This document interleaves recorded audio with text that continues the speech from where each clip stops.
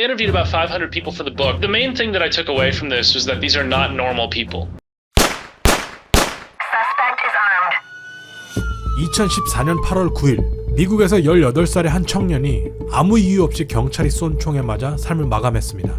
이후에도 2016년 7월, 2017년 6월, 2018년 9월, 2020년 5월 등 경찰과 흑인 간의 사건 사고들이 이어졌고 흑인의 삶도 소중하다 라는 편만을 만들어 흑인들이 시위하기 시작했습니다.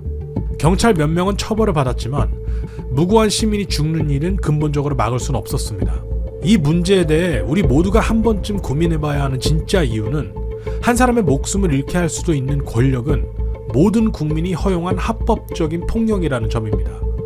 이 말은 국가라는 시스템이 돌아가기 위해서는 원컨 원치 않건 누군가는 권력을 손에 쥐어야만 한다는 말인데요. 문제는 잘못된 사람들을 아무리 처벌해도 계속해서 잘못된 사람들이 나오는 구조와 사회에 꼭 필요한 사람들은 권력에 관심이 없다는 것에 있습니다. 다양한 국가의 정부, 미국의 정치 캠페인, 나토, EU 등의 고문 역할을 담당했던 브라이언 클라스와 직접 권력과 인간의 상관관계에 대해 인터뷰해봤습니다. Would you please say hi to the audience? Briefly introduce yourself. Yeah, sure. My name is Brian Klaas. I'm an associate professor in global politics at University College London, and I'm the author of the book Corruptible, Who Gets Power and How It Changes Us. Why do you think people should read this book, Corruptible? Yeah, I think that the book tries to tackle a series of questions that have puzzled humanity for a very long time. So one of those questions is, why do we end up with the wrong people in charge? And I think this is something that Korean audiences have been debating more recently, but also it's something that's a global and human problem. And I think the answer that a lot of people come up with when they ask this question is that power corrupts. You take any good person, you put them in power, and they're going to turn bad. And in my book, I argue this. This is true. I show a lot of evidence that power does corrupt. But I think it's actually a smaller effect. And I think the bigger effect is, which is where the title comes from, that corruptible people are disproportionately likely to seek power. In other words, power acts like a magnet to the wrong kind of people. And I think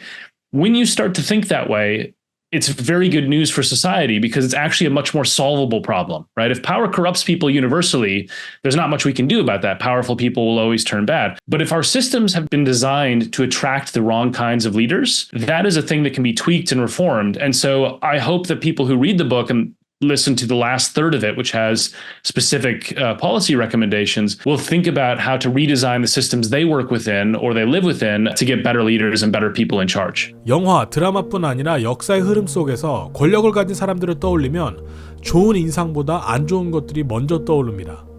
저자는 말합니다. 내가 만난 정상에 올랐던 사람들은 정상이 아니었다고 말이죠. You interviewed with many great people and interesting people like former president of Madagascar and president of Mexico who hold on to the position for 45 minutes. So can you expand some interesting traits that you found out? Yeah, so I interviewed about 500 people for the book. And the main thing that I took away from this was that these are not normal people. Powerful people are not normal. And I don't mean this in a sort of mean way. I just mean that they're unusual. And when you start to see that, as I did in speaking to all these people from CEOs to former dictators to people who are abusive, power-hungry monsters in some cases, what you start to cobble together as evidence is that these are not normal. 저자는 모두가 잘못을 저지른 경찰관 몇 명에 집중할 때 전혀 다른 시각을 제시했습니다. 자기 선택 편향을 고려한 의견이었는데요. 자기 선택 편향이란 어떤 실험을 진행하기 위해 참가자를 모집할 때 무작위로 선택하는 것이 아니라 참가하기로 마음먹은 사람들만 선택하는 상황을 의미합니다. 기본적으로 실험에 참가하기 원하는 사람들을 대상으로 실험하기 때문에 실험 결과가 사회의 일부만을 대표할 수 있는 편향된 표본으로 이어질 수 있습니다. It sounds like you're suggesting that people should not focus on the word power or the social phenomena of the power according to the past, the bad examples. Think about who are willing to become a policeman. Yeah, exactly. So there's an example in the book where I draw on two parallel police recruitment schemes. One is in a place called Doraville, Georgia in the United States, a small town, and the other is in New Zealand. In the Doraville example, they had this police recruitment video posted on their website in which it basically depicts what look like soldiers in an armored personnel carrier, literally a military vehicle that looks like a tank.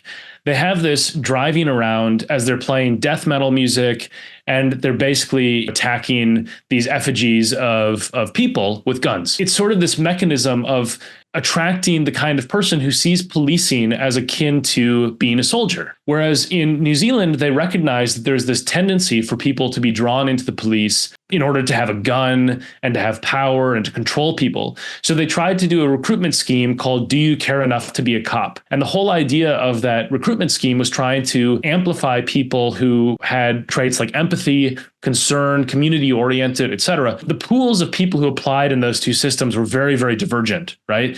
In the Doraville one, you had basically militaristic white men who were drawn to that role. And in the New Zealand one, it was a much more ethnically gender diverse population, mostly people who cared about society and wanted to serve rather than to abuse. The way that you sort out a mechanism for determining who ends up in power is extremely, extremely important. When you ask about past versus future, I mean, the past is littered with terrible leaders. I mean, there's some very, very astonishingly good leaders as well. We have heroes who have done the right thing at the right time, but we all know those terrible corrupt crooks who run things around the world. And I think one of the arguments that I try to make in the book is like, look, if you just say power corrupts and you leave it there, there's no solution, right? Because power is always going to be there. There's always going to be more and less powerful people in society. If you start to think about what the system does in order to promote certain kinds of people into power, okay, now you can talk about the future because you can engineer a society or a system that has better outcomes. 지금 돌아가는 세태에 대해 만족하시는 분은 거의 없을 겁니다. 그렇다고 정치에 불만을 가는 사람들에게 직접 정치를 하라고 하면 어떨까요? For anyone in the audience, I say, raise your hand if you would happily swap places with a politician right now, right? And like very few people in my experience, I mean, I don't know how it would be in Korea. I haven't spoken in Korea, but like in my experience, very few people raise their hand. And it's because the life of a politician comes with a huge amount of downsides. And the main upside is power. And for most of us, we don't care that much about controlling other people. We don't want to control other people. We like our lives as they are. And so for the power-hungry people, the people who really want to be in charge, who really want to be in control, their hands shoot up, even if the costs are really high. And so I think this is the kind of stuff where you have to think, okay, what would it take for us to get to a world where when I ask a group of children, for example, would you like to be a politician? All of them say yes, right?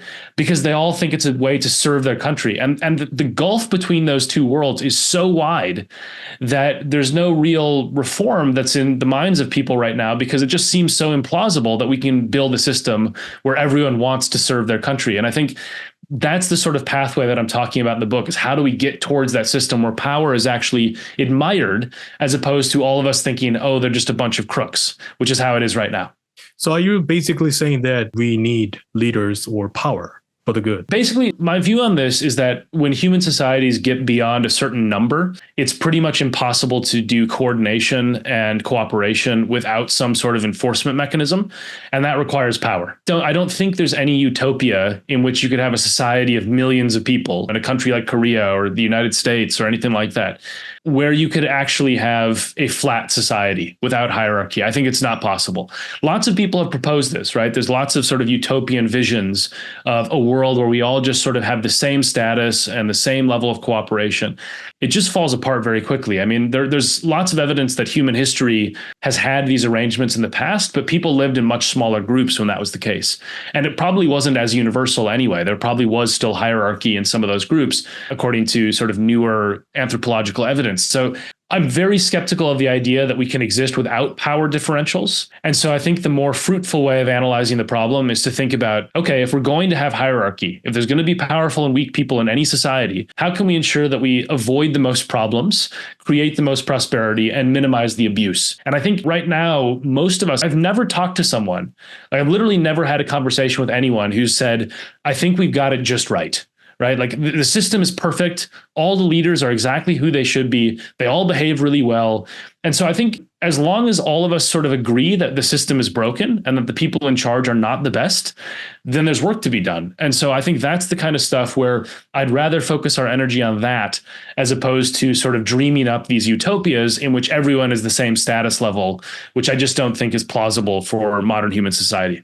이제 학벌 시대는 끝났다고 하지만 학원가와 사교육 열풍은 쉬 줄어들지 않습니다. 좋은 대학을 보낼 수 있는 정보와 좋은 선생님을 모실 수 있는 능력을 갖춘 학부모는 학부모 사이에서 또 다른 계층 사회를 만들기도 합니다. 이것 또한 일종의 권력 때문입니다.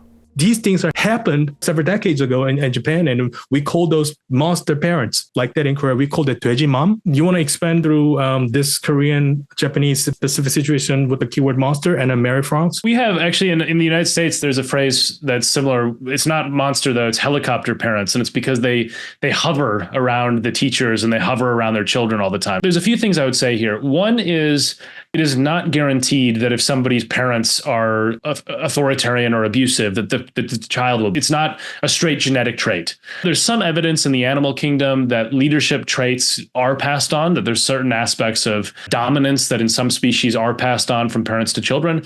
I use the Marie-France Bokassa story, which for those who are unfamiliar with it, it's basically her dad was a cannibalistic dictator. This is what was called the Central African Empire and one of these terrible tyrants from history. I think there's aspects of her childhood that probably scarred her pretty badly. I mean, she had a really horrible father. And so there's an interesting dynamic of whether that's passed on or not. I mean, what I would say in the aspects around parents wanting their kids to succeed, systems of power should operate based on merit, right? I mean, generally speaking, we want to have people in charge who are going to do a good job leading. When it comes to school, for example, which is the example you give, what you call the monster parents, one of the examples that I give in the book is how the power of anonymity can really help solve this problem. So when I mark students, right, I'm a university professor, all I have on the top of it is a student number.